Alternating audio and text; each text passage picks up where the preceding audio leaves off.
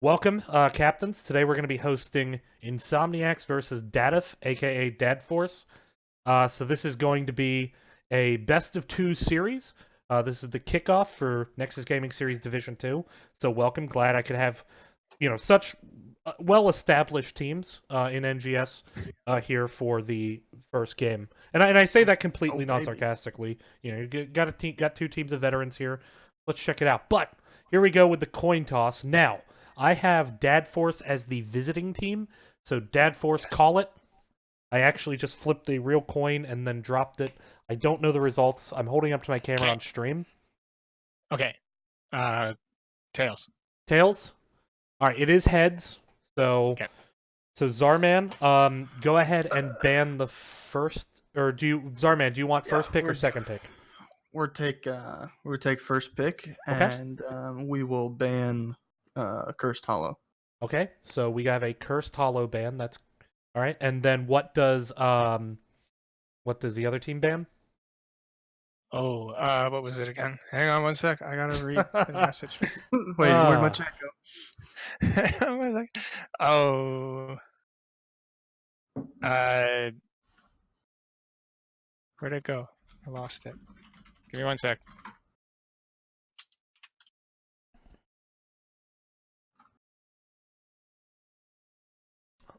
As we wait, breath abated.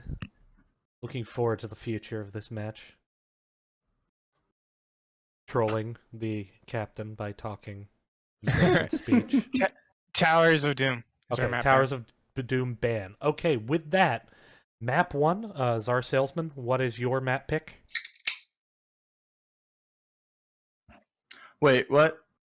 Cursed Hollow and Towers of Doom are banned. yeah. Oh, I forgot how this worked again. Yeah. So you have to pick. Yeah, so you have to pick both maps now. So you get, since you wanted first pick. Pick the map. I forgot about that.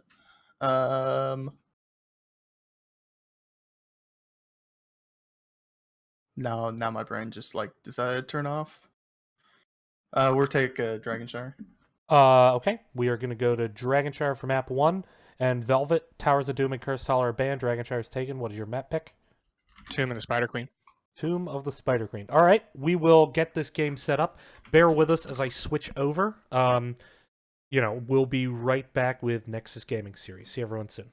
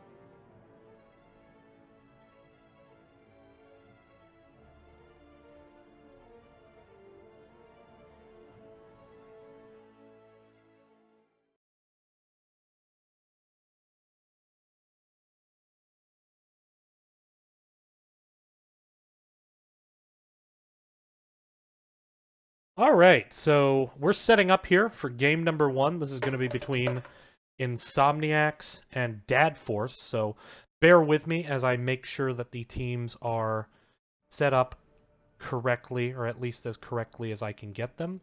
While we do this, why don't you go ahead and introduce yourself, Stixa? So Stixa will be co-casting with me tonight. Hi, my name's Stixa. I cast and play Heroes of the Storm. I've only been casting for a couple of months now, but I enjoy bringing the hype and the excitement to the players that play on a non-super high competitive level. So people who are playing for fun, and I like to hype it up for them so they feel like they are in that kind of big league kind of scene. All right, and so just to kind of give some background into our series, Dad Force, technically a new team, but made up of players who are familiar with Division B. So Dad Force is actually made up of a core of a team called Late Night Fogies that actually finished 4th in the regular season last season. And you know, it's a team of a lot of people experience. Just to say who they've added, Rory actually came in from Ready Button, the team that finished 2nd in Division B, and Kurt Dog actually came in from Zul'jin and Juice, the team that finished 1st place in the league, in fact. So, you know, finishing 4th in the regular season, adding 2 really strong pickups is going to be good, but this team hasn't had a lot of chance to practice yet. They formed up last weekend, just kind of as a last second, like, hey, we're all still free agents, let's get together. But we will see what happens this series. And Stixa, have you had a chance to look over Insomniacs? Unfortunately, no, I haven't. Haven't had any chance to look over any of the games. No worries. So I can introduce them real quick. One sec. So, Insomniacs actually finished 5th in the league. Insomniacs finished 5th in the regular season, but actually beat Late Night Fogies, and excuse me while I turn off the music in game, Late Night Fogies in the playoffs, in fact, to advance to the semifinals, where they actually took a game off eventual champions Zul'jin and Juice. They lost in the semifinals, but they managed to take the game. And they mostly return everyone from last year. They're seeing a departure of Turambar, who was their kind of like solo lane frontliner guy. But, you know, they already had Blings play in a couple playoff games. Blings, he also has the name Farm Heroes, but here he's going by Blings. And so I think this team has a lot of potential synergy, but we're going to find out here what happens as we jump into the draft. As we start this game, Game 1, going to be on Dragonshire. As you can see up in the top of the screen, this is Insomniacs will be on the left, Dad Force will be on the right. Insomniacs banned Cursed Hollow, Dad Force banned Towers of Doom. The first map pick was by Insomniacs, and it is going to be Dragonshire. Dad Force, therefore, going to get the first pick, but as we get everyone to the lobby, what do you look for on this map, Stixa? I'm expecting to definitely see some globals, most likely in the form of Dahaka or Falstad in at least a ban, if not first pick, definitely. Yeah, Dahaka can just be very dominant on this map. I mean, there's the 2 bushes that are basically right on both shrine points. And wave clear can be very important on this map, and he brings good wave clear. We're seeing a Diablo first ban. Do you have any thoughts seeing Dad Force ban that out? Diablo excels in tight spaces, and that's what those shrines are. Those shrines are tiny enclosed areas where Diablo excels in, you know, pushing people into those walls, getting that bonus stun. So for them to be banning out, they obviously don't want to fight in those confined spaces where, you know, that stun would be high impact. All right, so with the Garrosh ban, you know, Garrosh pretty powerful. Certainly that early game potential to just absolutely ensure a kill, and that even extends into late game. Not wanting to deal with that, but the question is how quickly does Dad Force lock in Dahaka here? Or do they lock it in? Oh, there it is. There, yeah. Okay, that took 17 seconds. Like that's 17? That's longer than I expected, but there it is. I feel like Dahaka is almost like an insta pick on any kind of massive global map. Other than like, you know, Tomb of the Spider Queen and Dragonshire, I would definitely suggest a Dahaka pick. Other than Tomb of the Spider Queen and Dragonshire, did you mean another map? Because we're on Dragonshire. No, I meant like other than something like Tomb of the Spider Queen, I would definitely suggest. Sorry, I misunderstood you. Yeah, no, Dahaka. I mean, especially on this map, as big as wave clear is, as big as that global is. I mean, a global on this map can be the difference between once you win a team fight, do you get the dragon or don't you? ETC power sliding his way back into the meta here with a first pick from Insomniacs. What are they going to pair up with that? We are going to see Uther. So as a reminder, and I will make sure that in case he gets picked, both teams are aware, Uther is allowed, even though there's a bit of a bug around him right now. Jaina and D.Va also have bugs. So, but the issue is Jaina's Frost Armor talent and D.Va's Nuclear Option talent are banned. Additionally, Kel'Thuzad is not yet legal. He will be legal tomorrow, which is 2 weeks from his release. But we are seeing the Rhaegar, pretty strong pick at this point. But what do you think of that Uther ETC combo? I personally love the Divine Bovine combo. I think just putting that Divine Shield on a Mosh can be an absolute game changer. It's just an extended cleanse at that point, and with cleanse being so rare on some heroes nowadays, you know, just having that 100% 4-second AoE stun can be absolutely huge. Yeah, and the Holy Cow combo is going to be countered by a Mathael and a Rhaegar. So Rhaegar, very high in the support meta right now. He's about to undergo some changes with the Ana patch that's coming up in about a week. But Mathael still hanging around the meta. You know, I mean, he came out, he was very powerful, got continuously nerfed, but still has very much a place in the meta. What do you think they may be trying to go for with that, and what should Insomniacs try to ban here to prevent it? Looking at how Insomniacs has their full tank, I would presume that they're solo tanking ETC here. I suggest probably banning out another tank that they don't want to deal with in this case, or maybe some sort of range damage, potentially in the form of Vala. But as you see there, Greymane, Cursed Bullet could also be quite the pain for Insomniacs here. Yeah, Cursed Bullet onto ETC.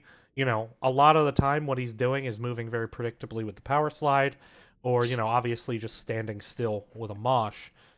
So, you know, not wanting to deal with that Greymane, the blow-up potential he brings. We are seeing global control picked up by Dead Force in the form of a Falstad ban. The question is, do you go to another global or pseudo-global hero if you're Insomniacs to try to counter this Dahaka, or do you just maybe all in on team fighting? I think you look for something like a really good 4-man in this situation, as like Insomniacs here is still missing a solo laner even after picking up this Chromie pick here, which I think Chromie will be very good with that Mosh Pit combo, but they're still lacking a solo laner in this case, and someone who's going to play extremely well in a 4-man. And Chromie due to receive some buffs on tomorrow on Tuesday in a balance patch, but that balance patch isn't here yet. So Chromie has been underperforming a bit, but, you know, there's still the powerful potential, and there's a lot of ways to keep a target standing still for Chromie to get value, so we'll see what they're able to do with that. Second pick coming in now as the clock winds down.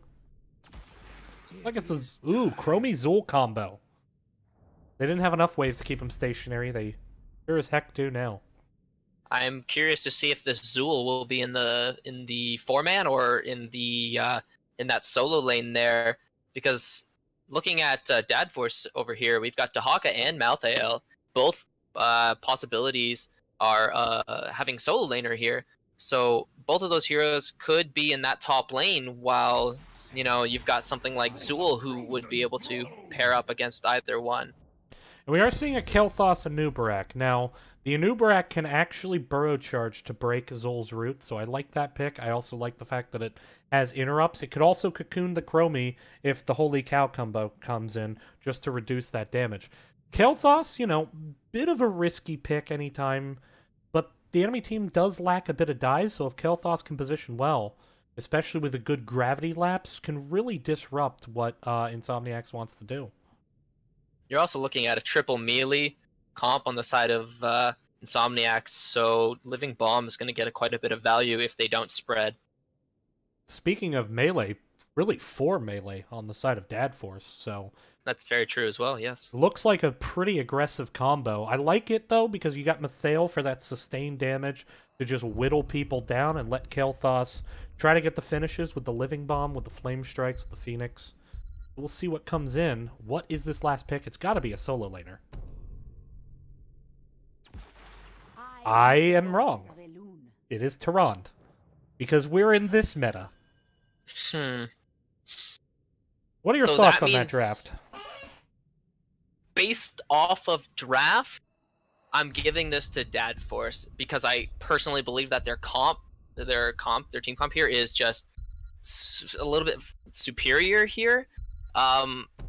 This kind of forces Zul definitely into that top lane, which means that Insomniacs aren't really going to have the wave clear that they're going to need in that 4-man rotation. Yeah, I kind of agree. I don't really see a lot of wave clear on the side of Insomniacs. They've definitely committed to team fight and getting kills. Now, they have potential to get pickoffs and try to bridge the experience gap that way, but until ETC hits 7, they really lack a ton of wave clear outside of Zul. And Zul can, at best, do 2 lanes with the 4-man. And that leaves who top? ETC, you don't want him top. You certainly don't want Chromie top. Tyrande solo laning against a Mathael or a Dahaka? I think they're going to be looking for that early game pick, especially with that ETC. I expect to be seeing ETC sitting in that bush, anchoring for the opposing team's rotation, looking for a stun, followed up with Uther Tyrande, and then that Chromie burst damage. So they're definitely going in with that triple stun comp, followed up by that Chromie burst. And if they can execute the pickoffs, I mean, they can certainly, numbers on this map means more than any other. A death is basically time that it's almost impossible to cap Dragon. But we'll see where it comes in. Hopping now into the game, we're going to start over here on the side of Insomniacs, and it's going to be Zara Salesman on the ETC. Kaiser going to be on Uther. Blings is going to be on Tyrande. Crazy Ivan on Zul. And Crab People going to be on the Chromie. Over here on the right-hand side, in the red, we got Dad Force Esports. Kurt Dog on that Malthael. Rory playing a Nubarak. Big Beard on that Kael'thas. Velvet on Rhaegar. And Zod on Dahaka. So we'll see where it comes. Obviously looking for that early team fight as Insomniacs, but it seems that very, very rudely, Dad Force going to decline the invitation. Wisely so, I might add. I definitely agree that them sending their members up to that top lane, they definitely know that they are looking at a triple stun comp into a blow up, so, avoiding that initial team fight is definitely wise. And actually, already, Crab People gonna get caught out a bit by some Rhaegar lunge. Some turnaround damage there, but Crab People almost going down early. And already Mathael doing work by himself in that top lane. It's gonna be Tyrande rotating top. Not the best laning matchup for Insomniacs. I agree. I do believe, as you see here, Zul rotating up. That's what I would have expected to see up in that top lane. Yeah, so there comes the Zul. It looks like there's going to be a gank attempt onto Kurt Dog. Root lands. Here comes the Lunar Flare follow-up. Hunter's Mark in, but not even dropping below half health. Kurt Dog going to be able to tap and just walk away as an owl comes down the middle, connecting with no one as the bottom towers begin to fall. Chromie, the lone defender. I think having Chromie over here in that center lane, in the bottom lane there, solo, not necessarily the brightest idea, but they are rotating down with that Zul ETC. They are looking for that blow-up damage here. Yeah, and a little bit caught out here. Zarsail's able to close the door, and actually here comes a big rotation. Great power slide on the Kael'thas. Kaiser, though, going in a little bit lonely on the Uther. Gonna have to back off. No kills. Strong rotation, though, is going to at least temporarily secure them bot lane. Now, they do need to keep in mind for Chromie's W, which is going to be the majority of her damage, is on a 12-second cooldown or a 10-second cooldown there. So they do have to time those stuns and rotations properly with her cooldowns. Yeah, it's really all about communication, getting the most out of the Zul roots, out of the power slides, out of the Uther stun. There's CC for days, so it's not difficult, but you don't want to burn too many resources there. But we are going to see kind of a 3v3 poke war. Meanwhile, Kurtdog losing the 1v1 to Blings up in the top lane. Tehran doing work as the Shrine is now active for blue team.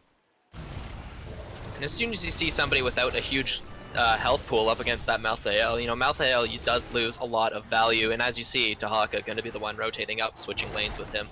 Yeah, gonna get the Dahaka up there, try to maybe improve that wave clear as Mathael comes down. Level 4s are picked up too, so it could be Mathael just trying to make sure that he can build up those stacks quests. But Rory actually gonna get picked off in the middle. T-Tors, we missed that one, but that is first blood in favor of Insomniacs as the 1v1 duel goes on up top.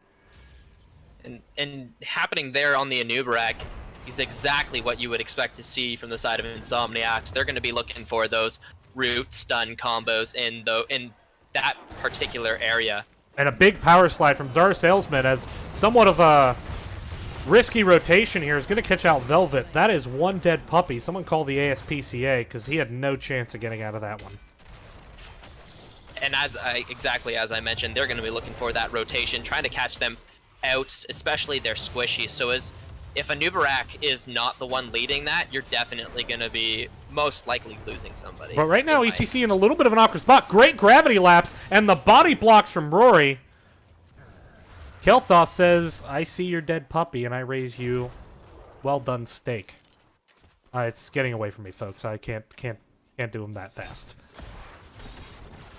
Yeah, no, that gravity lapse did secure that ETC in there. I don't believe he had that power slide as he did use it a little bit earlier, so there goes one of his main sources of escape there. And actually, a little bit of a missed burrow charge. Could have secured a kill on the Blings. Maybe going to go down. Living Bomb going to leave Blings with about 3 health. Meanwhile, in the top lane now, we are seeing Dahaka versus Zul.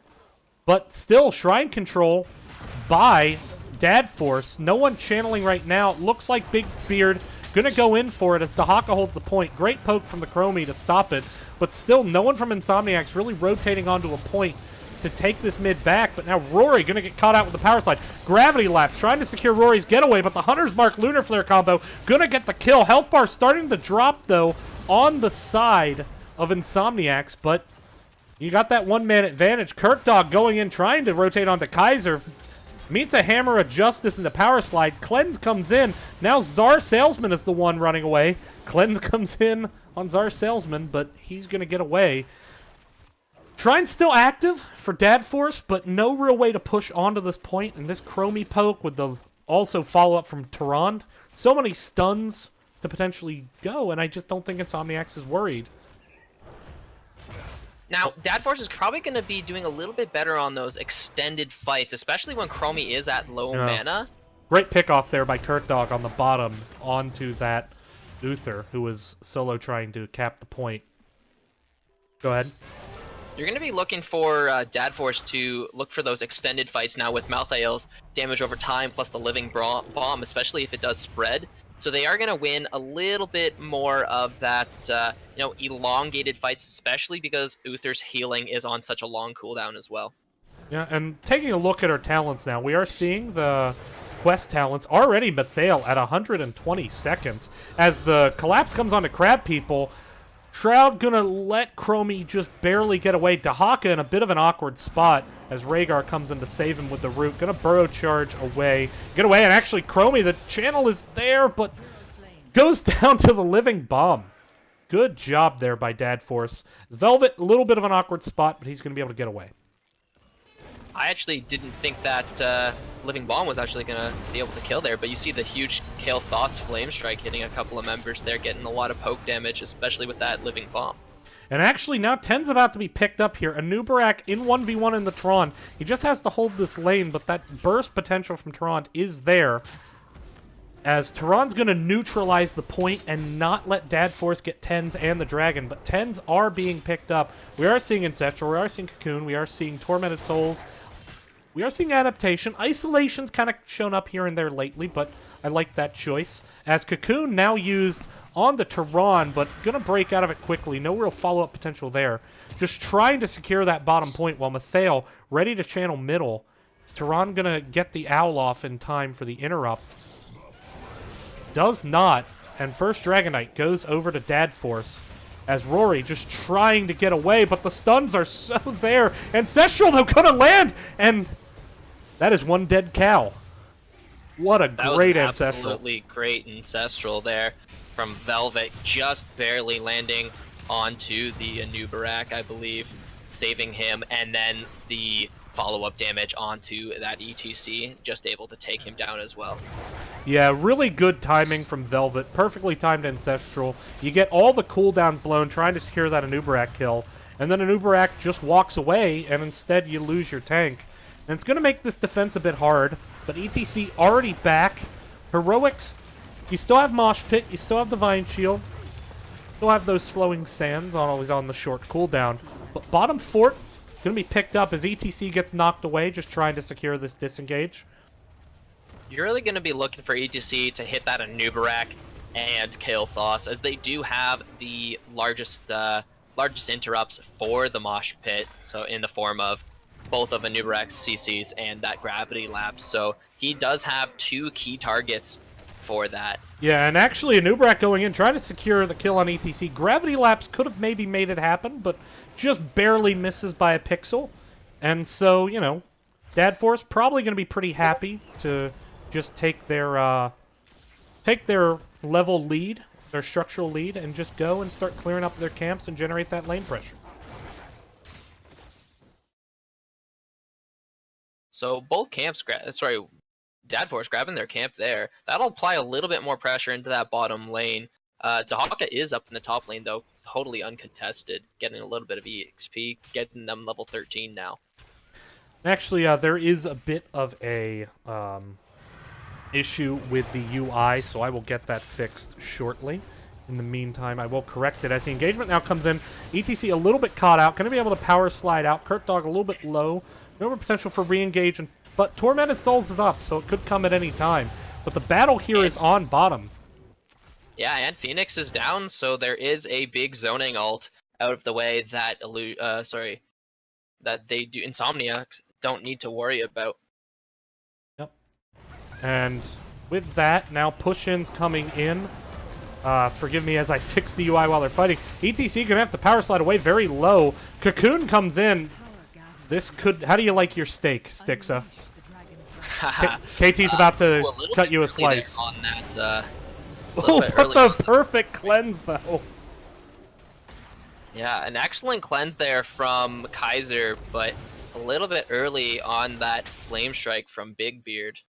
Yeah, just a little bit of mistiming there.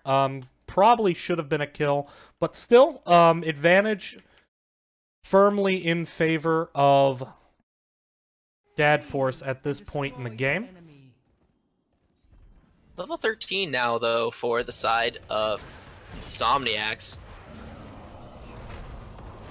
Yeah, level 13 coming in. Kurt Dog a little bit low here on the top. Gonna have to back off. But, and see, do you see any talents taking a 13 that kind of raise an eyebrow or maybe you think could make or break this game? Get Insomniacs back into it?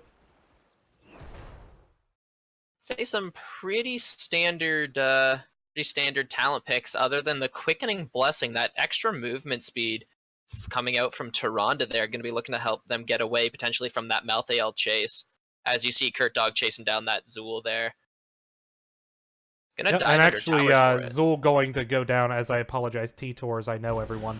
But UI should be fixed now, as now Tyrande going to go down, and what a great aggressive collapse there by Dadforce. And now they're starting to not just look in the lead in this game, they're starting to look like they're ready to assert some dominance and maybe push for a keep with this upcoming Dragon Knight.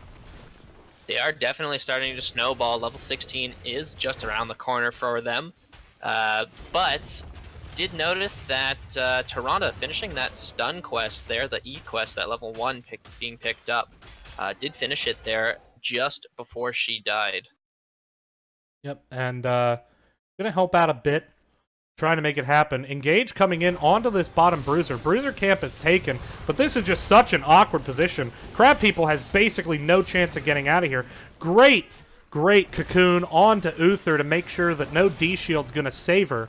And now Uther's in a bit of trouble. Is the timing better? Well, you wanted better timing. You just got it. And Czar, Salesman, using that face melt to just try to get away from this Mathael, but Mathael says Leroy Jenkins goes in, poison damage enough to kill ETC despite the well. Meanwhile, now the fight is over middle, just action happening all over the place. Zul goes top, neutralizes that wave while Kael'thas is clearing bottom. So, you know, buying time, trying to just get to level 16 and maybe prevent a Dragon Knight. Something to keep in mind, though, also, is ETC did tap there, which is a 120-second cooldown. They are only down for about 30 seconds, 40 seconds there, so they are still sitting at like an 80-second cooldown while they're up, and that is something big to know, that there is no healing. And actually, we do have now a Starfall coming in on the top. Crazy Ivan going to get away with the Living Bomb. Really good placement of the Starfall. Cocoon comes in a bit late, Ancestral maybe a bit of a panic, but now do we have the engagement? Great Burrow Charge, going to get Zul low. Tehran going to get finished off by that Rhaegar Dahaka dive, and once again, it's a 5v4. Now Chromie going to get grabbed by Zod. ETC with the power slide, trying to get the turnaround. There's the root. Crazy Ivan is just so low, though. Burrow Charge comes in, misses Crazy Ivan. Uther trying to get people out. Looks like they're going to be able to get the disengage here, but Dragon Knight now picked up and heading to bot lane, and that wall is weak. This Dragon Knight could be very productive. This is exactly what Dad Force is looking for here. They're looking to stall out that top objective there. They do have that talent tier advantage, and meanwhile, you've got Kurt Dog on Malthael just chilling in the middle, waiting for that objective, grabs it, and will be pushing down that bottom keep while the remaining members of Dad Force try and take out that middle fort, which they do. Yep, they do take that out. Now, should see a rotation down the bottom. Dragon Knight still has about half of its time left and quite more than half of its life. As here comes the rotation. Level 16 advantage, only there for a couple more seconds for Dad Force. Maybe being a little bit indecisive, but actually the sidewall going to be broken out. Good Lunar Flare to prevent, though, a hard engage. And a good Slowing Sands to get some vision behind the wall and just make it awkward. As Cocoon comes in, that was on to Chromie there. Starfall, though, going to make sure that there's no real follow-up potential. But all the while, bottom keep, I don't see it surviving. The question now, does Kurt Dog get out? Of course, we all know that Mathael, quite a slippery little devil. And Tormented Souls potentially looking for the re-engage here. Mosh comes in. There's the Holy Cow. Cleanse onto Mathael. But great Ancestral. He's going to get out. Zar going to get cleansed to be able to get away. What good play by the supports, but it's all Dad Force in this fight as now Blings goes down. And Chromie going to get hit with the Burrow Charge. Is she going to get caught out here? There's the Anubarak Q. Good turnaround damage onto Kurt Dog. Looks like they're not going to be able to secure any more kills, Dad Force, but with such map control, they can back away and just be happy with the fact that they're going to hit 20s and just be in absolute control of this game. Something you see down there in that bottom there was Kaiser able to stun the Dahaka before Dahaka was able to grab the Chromie there with the drag. And good play by Dahaka being the last man out. Great awareness by the tank. You know, when you're on Dahaka, do you really worry about dying at this stage in the game? I mean, having that global presence, especially if you do pick up Apex Predator at level 20, which doesn't look like we did, so your mounting is still on a little bit longer of a cooldown. You don't have the hugely reduced, but you know, you do have another tank, so you're not too worried about your team not having a massive front line. But yeah, that EXP advantage giving free EXP to the opposing team isn't necessarily always the best idea. Yeah, I mean, I kind of understand why they don't go Apex Predator here when you have such a lead. Really, you know, just trying to make sure that you can win the team fights, especially with that level 20 advantage, I think is going to be good. I assume Dahaka has the Burrow up, so we'll probably see a Burrow in soon. Lunar Flare, scouting out, finds itself a KT. But Dahaka, just waiting, lurking, looking for that kill. And ETC in a little bit of an awkward position, but not going to be punished here. As actually Zed and Kurt Dog going to try to sneak this Bruiser camp. Missed power slide from ETC. Holy cow combo, though. Going to re-secure Anubarak there. Ancestral comes in. Anubarak going to be able to burrow charge out. Velvet has just been so on point with these Ancestrals. Now Tormented Souls is coming in. Kaiser on the back line, absolutely getting locked down. Meanwhile, KT just dishing out the damage. You get a living bomb. You get a living bomb. Everybody gets a living bomb as Uther goes down, and there's no level 20 redemption. And now, once again, ETC going to be able to power slide away. Zarcel's been doing a good job staying alive, but it's a 5v3, and are we potentially looking at game here? You see Malthael immediately dive that back line. Uther popping that Divine Shield onto the ETC a little bit earlier in that fight. And meanwhile, you had both, two Siege minions and a Catapult wailing into the core. Yep. And it looks like they are going to go core. It's at 24%, and I think they're pretty happy not getting any more kills. What a strong showing by Dad Force in that game as they take game number 1. And, what are your big takeaways there from that game? MVP, in my personal opinion, definitely goes to Velvet. Those huge Ancestral saves and a lot of those fights just absolutely turned the tide of battle. Yeah, looking at our stats here, I don't know if everyone can see them, but see if I can blow this up a bit. We are seeing almost 70k healing from Rhaegar. Really good. I mean, the Ancestrals were all the rage there, but really good cleanses actually from both supports. I think even Uther played pretty well. I think ultimately it just came down to, Insomniacs wasn't really able to do anything to get onto the KT. You can see that he has 0 deaths in this game. He got his quest done really early, and the Living Bomb paired with that powered up Pyroblast gonna make it difficult to win a game against that, even with the Divine Shield Mosh combo. But with that, we're going to head over to game number 2, so bear with us as we get that lobby set up. We will see everyone in just a second. Thanks again for bearing with the overlay problems, but I think it's all fixed now.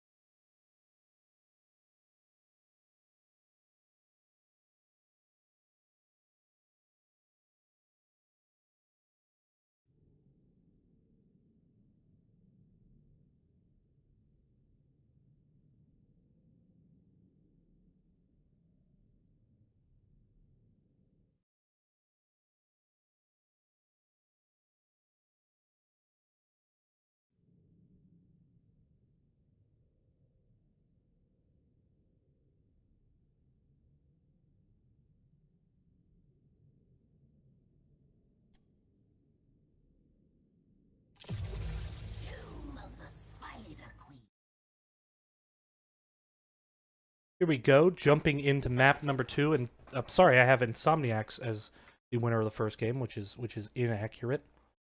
So that is now corrected. Dadforce took game number 1 in pretty dominant fashion. So let's see what happens here with game number 2. We're going to Tomb of the Spider Queen. This is definitely my favorite map in any of the map that's available, I guess, in the current map pool. I love this map. I just think the rotations and some strategies that are available on this particular map just aren't available in anything else. Yep, and as you can see in the bar, Dadforce did claim 1 with the red hexagon around Dragonshire. We are seeing them not want to deal with the Diablo, but maybe a bit of a respect ban for Rory's Anubarak there. I think dealing with a Nubarak in general is fairly tedious.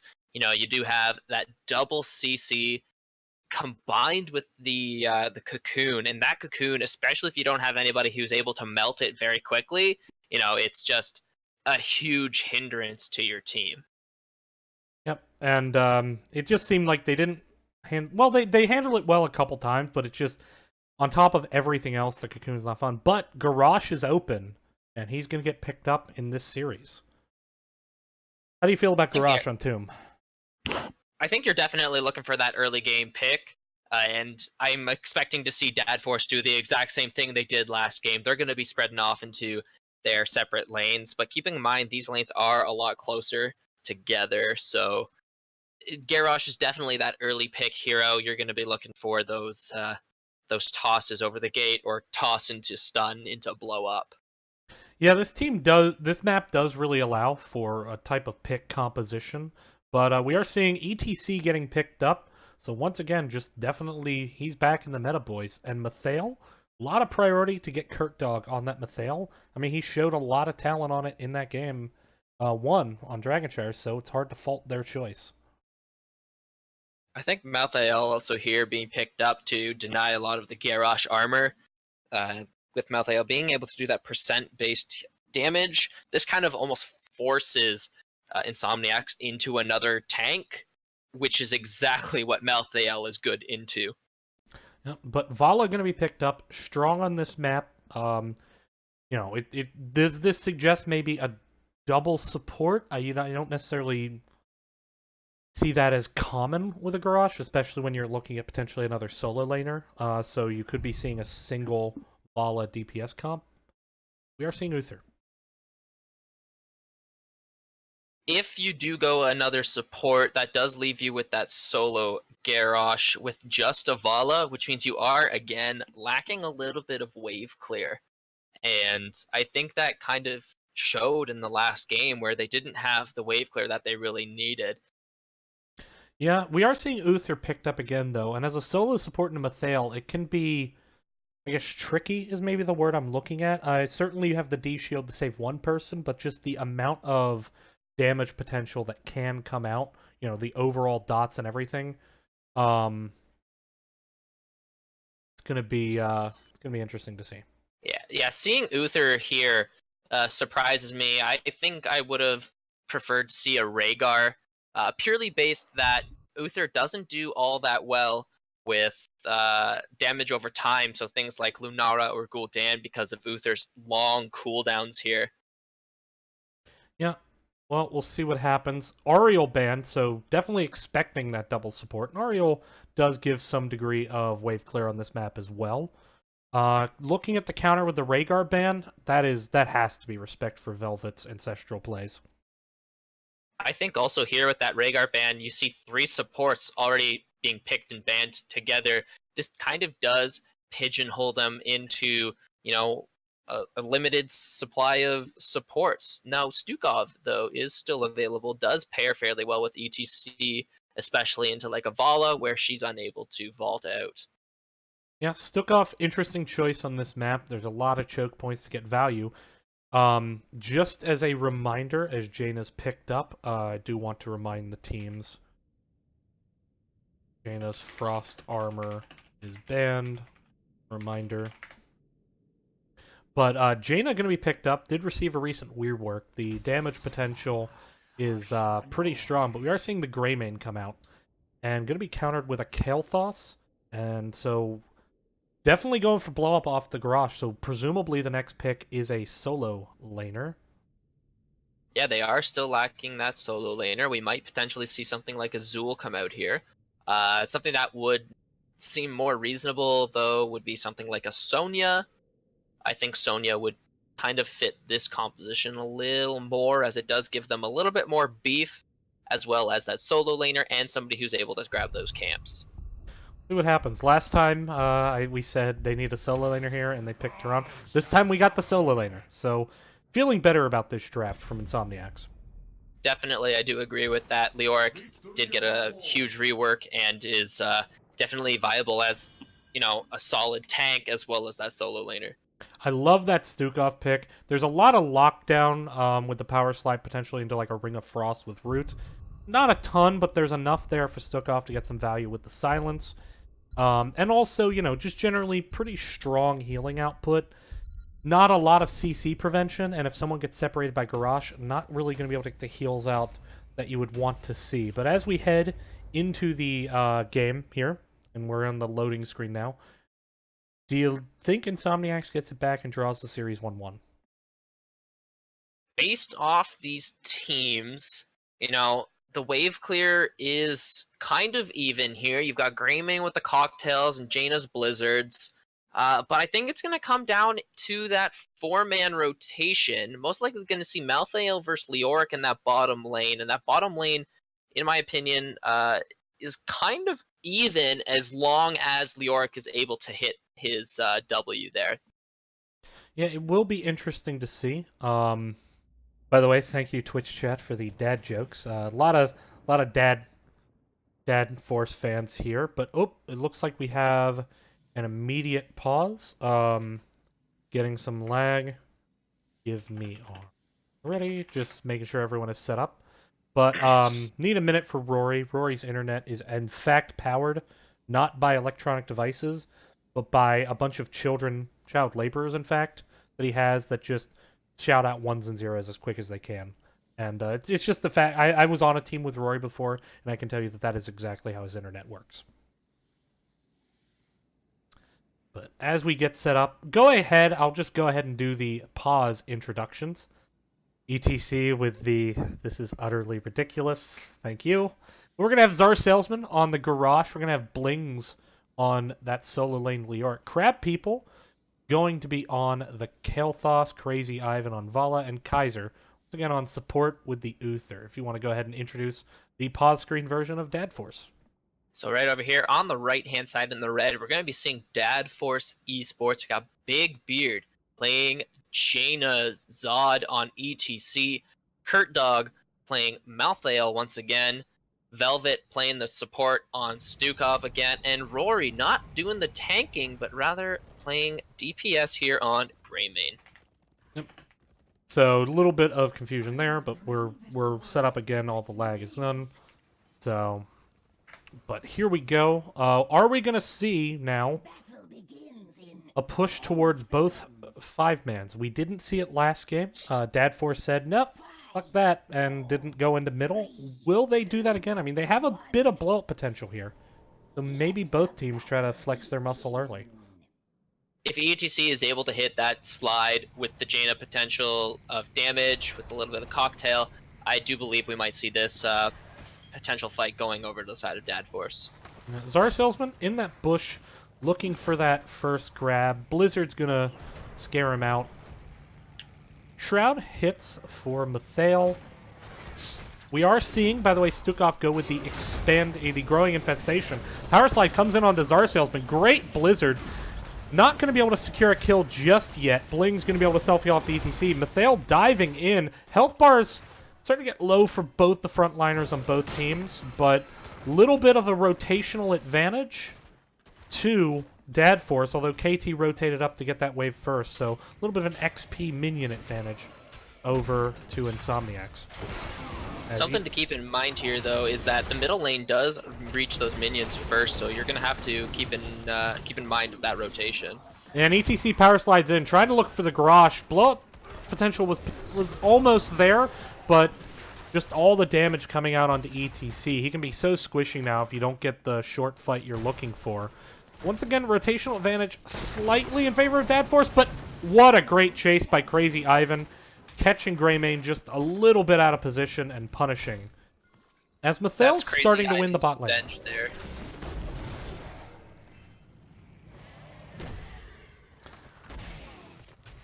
But once again now, XP lead over to Insomniacs. Winning this early game, they have the first 2 kills. Definitely getting a wave clear lead up in the top lanes. Although Leoric not doing too hot in the bot at the moment. I do expect to see Malthael win this unless Leoric is able to hit those W drain hopes. Yeah, and as we're seeing a fight potentially break out mid, ETC going to get spot out. Leoric rotating up, potentially looking for the 5-man. Good silence there. ETC maybe wanted a power slide there. Wasn't there, just barely missing the grab is Garrosh. And a safe disengage there from Dadforce. Leoric rotated up, gave up some early soak on the wave to do it. No real kill taken as the poke wars continue. Also keeping in mind that Insomniacs are slightly ahead in EXP despite the Leoric leaving that bottom lane a little early. Yeah, and actually ahead in gems as well. They have 6 gems right now on Dadforce, and that's just, you know, doing a better job picking up the gems in a lot of ways. Again, they're unable to get those throws, and that's really what they're going to be looking for here from Insomniac. They're definitely going to be wanting to see that Garrosh tossing somebody over so that they can blow them up, get that EXP lead. Vala doing a good job sniffing out ETC's flank attempts. Here we have Leoric actually coming in behind Kurtdog, putting him in a bit of an awkward position with that Drain Hope. Kurtdog should be able to get out of there. Yeah, he will. Meanwhile, though, rotational advantage. Right now, you know, Dadforce is going top while the closer wave is in mid, so they're a little bit behind in the rotation. This translates to, so far, about a third of a level lead, once all things being equal. But a great gravity lapse onto ETC after the flip. He does manage to power slide away. Jaina uses the Blizzard to prevent any real strong engage. But a whole minion wave was collected by the towers. And that's, while the gems were picked up, that's XP lost. That third of a level lead still hanging around. But a big rotation now coming on to Blings, who oversold to get Kurtdog. He's going to be able to get away. Great Wraithwalk juke, and actually a missed skill shot there by Big Beard. That Frostbolt hit maybe the cocktail finishes, but it doesn't happen there. Resources committed by Dadforce that did not result in the kill. Yeah, Leoric gets a little bit lucky there, just able to avoid that Frostbolt there from Jaina. Does get away, but does decide to remain in that bottom lane. Not too sure what the timing is on that tap there, but is going to be looking for a sustain there from Uther. And I do apologize. I had the wrong screen up there. I hit the wrong frame. So that is apologies to everyone watching. That is just embarrassing. You've missed 7 levels of experience or watching the game. That is my fault. Apologies there, but here we go. So this is the problem with a 3-minute delay, is I don't catch these things until it's too late. Apologies. Big Beard now in a bit of an awkward spot. Great Hammer of Justice, but now it's an awkward position for Insomniacs. They're going to be able to get away. Trade out there. Leoric goes down for the Jaina. Positive trade, though, especially as the spiders come in. Definitely, especially with that objective pushing both lanes. They are opting to push, the bottom lane here. I think, personally, I would highly value that top lane. You see Vala going up there. Top lane in this map does open up a potential win condition with the boss on this map, so taking down that top fort is huge on this first wave. Yep, and pushing in on bottom, Vala going to be able to get this top fort. Bottom fort going to survive, but mid fort also at half health. Really, really productive spider phase. And now almost a 2-level lead. About half a level from 10, and this puts a little bit of urgency into Dadforce. Yeah, they're definitely going to be looking to try and get a couple of ganks here, a couple of blow-up potentials, but there you see the Garrosh. What a great flip onto Stukov. When Stukov gets separated, It is not good news for him. And that was a few amount of gems dropped, and now they're with no gems turned in on the part of Dadforce. They really need to get 10 gems to even have a chance at a turn-in. But these pickoffs have just gotten rolling for Insomniacs as they push in on the mid. You're going to see a lot of Dadforce's combos come in at level 10, especially paired with that Mosh with Ring of Frost. So they're going to be seeing a lot more damage once they reach 10, but that's if Insomniacs doesn't run away with it here. Yeah, and they are maybe starting to do that. Only one heroic blown to get that ETC kill just now and secure mid fort. Now they're just bullying. They're going to take the Bruiser camp. Silence comes in, but it's more just an annoyance than anything else. As Insomniacs really building a big lead. This was the... They did play Zul'jin and Juice on this map and did not have great luck. That might be why they banned the Ariel, is on that map. That's why they lost. But now Garrosh going to get face melted into the cannon towers. Low health, but still no level 10s by Dadforce. And I don't know what they're expecting to accomplish here. But here comes in Kurtdog. Divine Storm going to be used. ETC and Mathael slowed. Is Mathael going to get behind the wall? He does not. And that's another death. 8 kills to 1 as they start to push in on Keep Wall. You see Leoric actually take down that Jaina there in the bottom lane, and then in combination the Malthael falling in the middle lane. They've already lost about half of the gems that they had prior to those team fights, so they are dropping before they're even able to get them in. Yeah, and now here comes 41 gems being dropped on the part of Insomniacs. So this is going to get them into a position where just one player doing some good lane farming is going to be able to finish the turn-in for them. As Leoric gets in his 12, they're only going to need 11 more. And Dadforce just doing everything they can to find gems. But at this point, I think they need to look for a fight. This is really their last chance at maybe grabbing a talent tier. Trying to sniff out a boss, but the boss just simply wasn't being taken.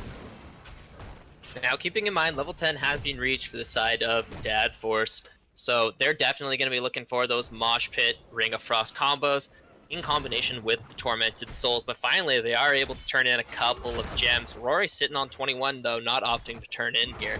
And a big flip onto Mathael. Tormented Souls doesn't do you any good when you can't, and actually counter synergy there. Mosh, but Flailing Arm comes out and breaks it out, and this just seems like Dadforce. You know, their lack of practice together may be starting to show in this game. Very skilled players, but there was a lot of counter synergy there in that play, and this is a 5-man wipe. Yeah, I was going to point out that Mosh was fairly good in a zoning. I'm not sure how many people it caught, but Malthael getting picked off quite early into the fight, and then the Stukov Flailing Arm actually pushing some people out of the Ring of Frost. Yep, and down goes Kurtdog again as he comes in. And for Garrosh, it's just another day at the office. You clock in, you flip a dad over your shoulders, you execute him, you clock out. And that is going to be another key. Well, that is the first keep of the game. As the spiders come down with Leoric getting the turn-in, so this is going to pressure Dadforce quite a bit, and it's going to make it hard for Dadforce to get the 13 before Insomniacs is even able to get 16. Yeah, they are sitting at 3 levels down, unfortunately. They will lose that bottom fort. Luckily enough, though, their top lane was pushed out to about the halfway mark, so they won't be taking too much damage on that top keep immediately, but they do need to keep an eye out on these people in the middle here. Yeah, and actually, here it comes. This is kind of Custer's last stand, trying to get onto the KT. Good cleanse with the shield, gonna save him. Is Rory gonna be able to get away on that Greymane? He is not, as Vala once again vaults in, and now Velvet gonna go down with the Divine Shield, the poison damage, going to kill Jaina. I believe that was Living Bomb, actually, and despite low health bars, they could potentially look to end the game here. Kurtdog just doing everything he can to try to zone them off, trying to get Uther enough time to heal everyone, but thinking better of it, they're going to rotate up and just take this top keep where the Spider already is. Spider also on the bot keep now. Crazy Ivan a little bit separated from the team. Go ahead. Grabbing this top keep is definitely the smarter play. You have to keep in mind of those death timers. Only 15 and 8 seconds on the 2 other members that were down prior. So rotating up to that top keep is definitely the smarter play, especially in combination with those long cooldowns on Uther heals. Yep. And with that, level 16 is picked up before level 13 is. There's one very, very lonely keep with no wall standing for Dad Force. I mean, it's going to take 2 or 3 miracles for Dad Force to even get a potential to win this game at this point. They're going to have to look for that level 13 talent, and then definitely going to have to land that God tier Mosh ring combo, and then hopefully not that counter synergy there with the flailing arm again. Yeah, and potentially looking for a fight here. Once again, getting the separation. Jaina going down that time. Ring of Frost is there, but there's no real chance for a follow-up. Flailing Swipe, gonna get unstoppable through by the Garrosh, and he is all over this Stukov. Trying to do everything they can to get away, but Stukov is just moving so slow. A great grab by the Garrosh to pull both Mathael and Stukov back in. They're gonna drop, and it is just Rory and Zod between Insomniacs and Victory. And Rory is now no longer between them and Victory. He's on the other side of the enemy team. Zod gonna walk away. Divine Storm tries to finish the ETC. There is a miss. Uther gonna go down here. He does not, of course, have a res because it's only at 17. But the core starting to take damage. Shield's still up, though, and I think Czar Salesman might go down here. With Uther dead, I don't know if they can get away. Stukov does land his Pustule. Not going to be enough to finish, and a disengage coming here. Czar Salesman going to get out by the skin of his teeth. They went under core, but didn't seem to really focus it there. You know, it's hard to criticize getting 3 kills as a bad play, but I would have liked to see maybe more focus there towards ending the game. Definitely, if they're looking to pick up a couple of kills there, you should be focusing that damage onto the core. And as you saw, Uther actually dying to the turret of the bottom keep here. So if you weren't going to end up on that core, I think grabbing that bottom keep might have been the smarter play, and they are very lucky that they didn't lose Garrosh there as well. And for the teams watching now, I just want to confirm, what I will do is take the audio of our cast, and I will just play over the replay of the section that was missed. That way you get to see all the action as it was, instead of trying to watch the reflection of my glasses. Apologies for that again. It won't happen again. But now, here comes the engagement again. And Garrosh will not be denied. He's just walking forward. They find Rory that time. ETC coming in, trying to use the Mosh to save him. Finds himself inside of just a ton of damage. Kurtdog going in the back. Gets some good damage with the Tormented Souls, but doesn't have the survivability. Stukov goes down. Jaina goes down. That's going to be GG. Insomniacs with a dominant Game 2. And this series is going to be drawed 1-1. Definitely, that 5-man wipe is exactly what Insomniacs was looking for. Just being able to pull that Garrosh, using Garrosh to pull the opposing members in is just so huge for Insomniacs, and that's largely what their team is based around. So definitely looking at that, you see Czar Salesman definitely pulling in that victory for them. Yep, and with that, the series is a 1-1 draw. Both teams going to pick up a point in the standings. Neither team going to get that number 3 points. So once again, thanks for bearing with the casting issues there. But with that, what we're going to do is we're going to try to pull in a player for a post-game interview. Stixa, who would you prefer to talk to? Would you prefer to talk to after that dominant performance Insomniacs, or maybe getting Dad Force and get their perspective on what went wrong there? I think, seeing where it kind of fell through might be a little interesting. So let's head over to Dad Force. Okay, let me whisper their captain and see if we can get an interview.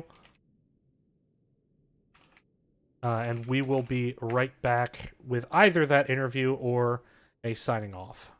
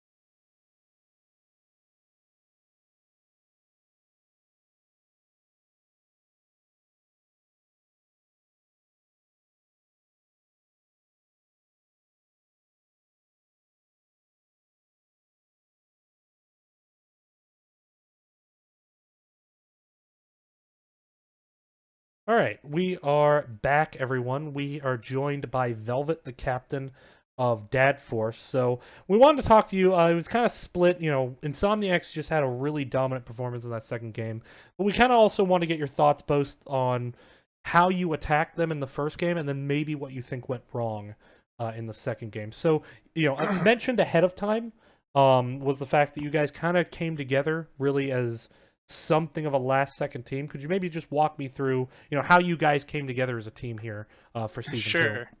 I was originally part of Late Night Fogies from season 1. Zad was the captain of that team at that time. We didn't really gel well enough. Most of the players were too wide of a margin for us, and we didn't have the same goals. So some of us were just kind of chilling, having fun playing games, and some of us wanted more competitive. So we decided we weren't going to do a season 2 with that team, and then just this last week, Zad and I were like, we want to play. So we grabbed some guys out of Zul'jin Juice.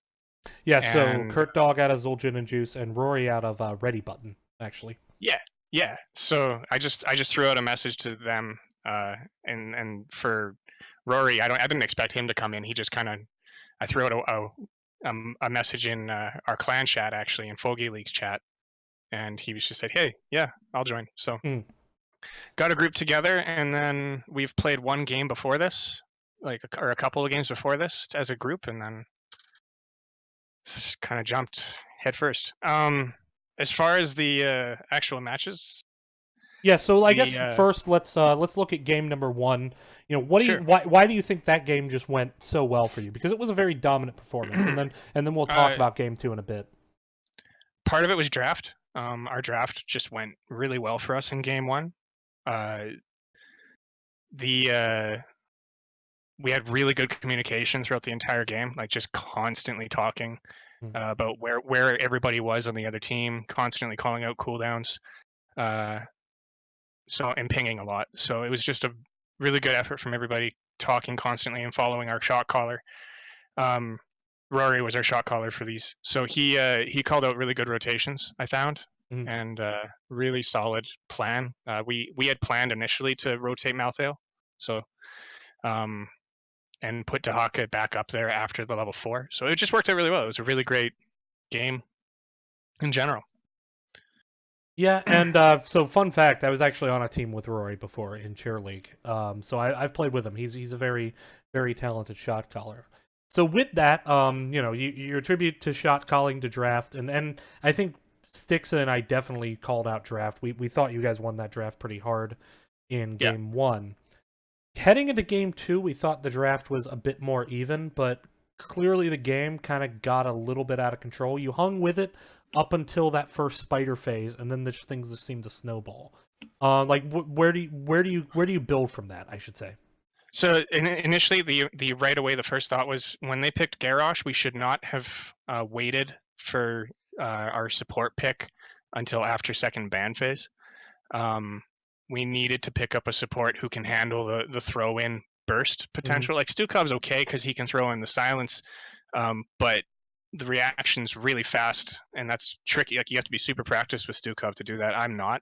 Stukov's probably my weakest. I'm a support main player, and he's probably my weakest support by far.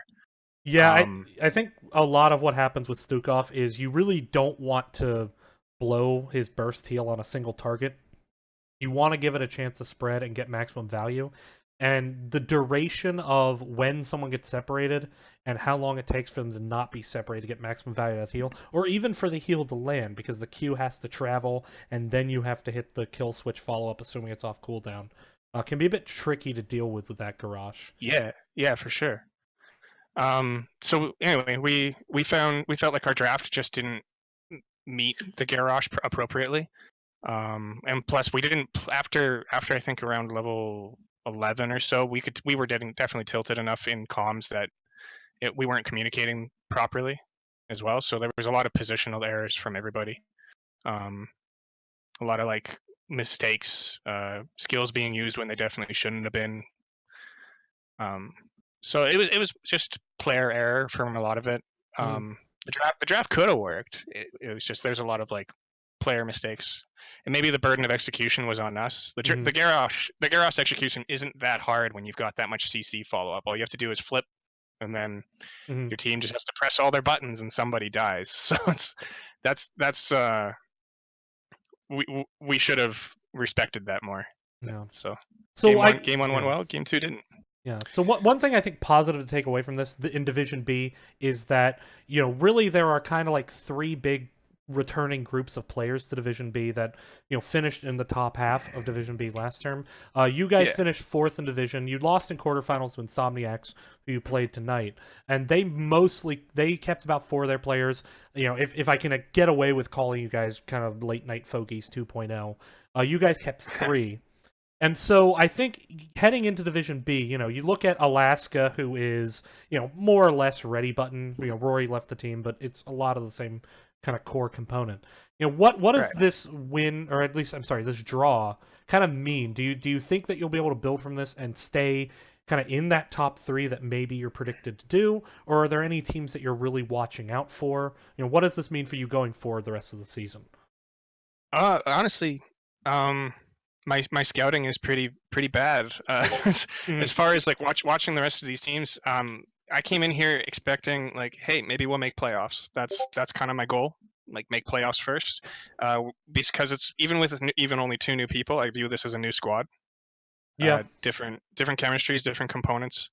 I want to try pretty hard to try to go all the way if we can and win, but. So my expectations right now are super wide open. I don't have expectations out of our team other than, hey, play well, have fun, play smart, and treat our opponents with respect every time. All right. Well, So with that, I guess kind of last question. Patch Sure. Notes Wednesday. Have you read them yet? oh my gosh, yeah. All right. How much I've- Brightwing are you going to play? Brightwing is my main. Brightwing is literally my best support, like over like a 65% win rate or some stupid thing.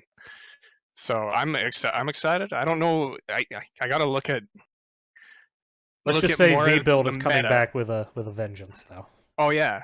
The thing is, I gotta look at how it's going to affect the meta because she's still going to have the same weaknesses, and if those weaknesses don't match up with what everyone else is doing, she's going to be bad. So that's the problem.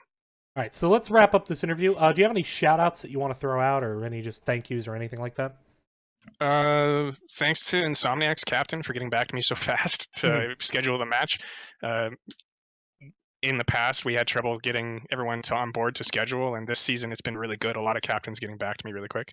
And shout outs to the rest of the guys on my squad and to my subs as well, who didn't play obviously, but who still went into the chat and watched and dropped dad jokes on you guys. And then to all the other Fogey League and LNF older team guys, I'm still going to play with them all the time, and I hope they are still having fun playing whatever they're doing. So Awesome. Well, great to hear. Looking forward to seeing you this season. I might see you in the Nexus sooner rather than later.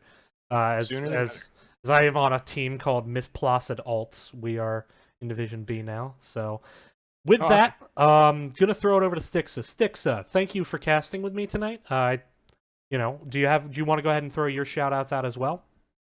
Nah, man, I don't have really any no shout outs for myself. If you guys do want to, see